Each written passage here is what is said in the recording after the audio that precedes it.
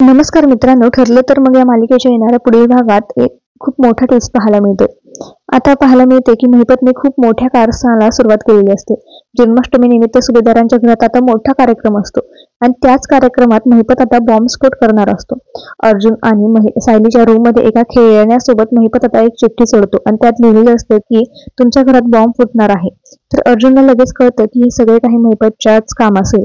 तर आता एवढ्या मोठ्या घरात बॉम्ब त्याने नक्की कुठे लपवला असेल हे आपल्याला शोधून काढायला हवं. त्याचमुळे अर्जुन ताबडतोब वेळ न घालवता बॉम्ब स्क्वॉडला बोलवतो आणि ते घराची तपासणी करू लागतात. खरं तर बॉम्ब हा त्याने अर्जुन आणि सालीला बेडरूम मध्येच लावलेला असतो.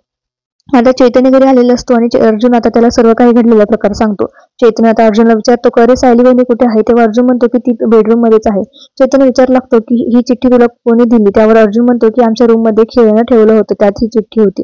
चैतन्य म्हणतो की कदाचित त्यातच बॉम्ब असू शकतो, आपण ते तपासलं नाहीये.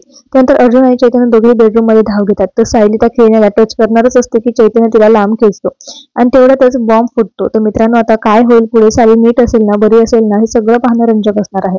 पण तुम्ही मालिका पाहताय का? मालिका तुम्हाला आवडते का? ते कमेंटमध्ये नक्की कळवा. धन्यवाद.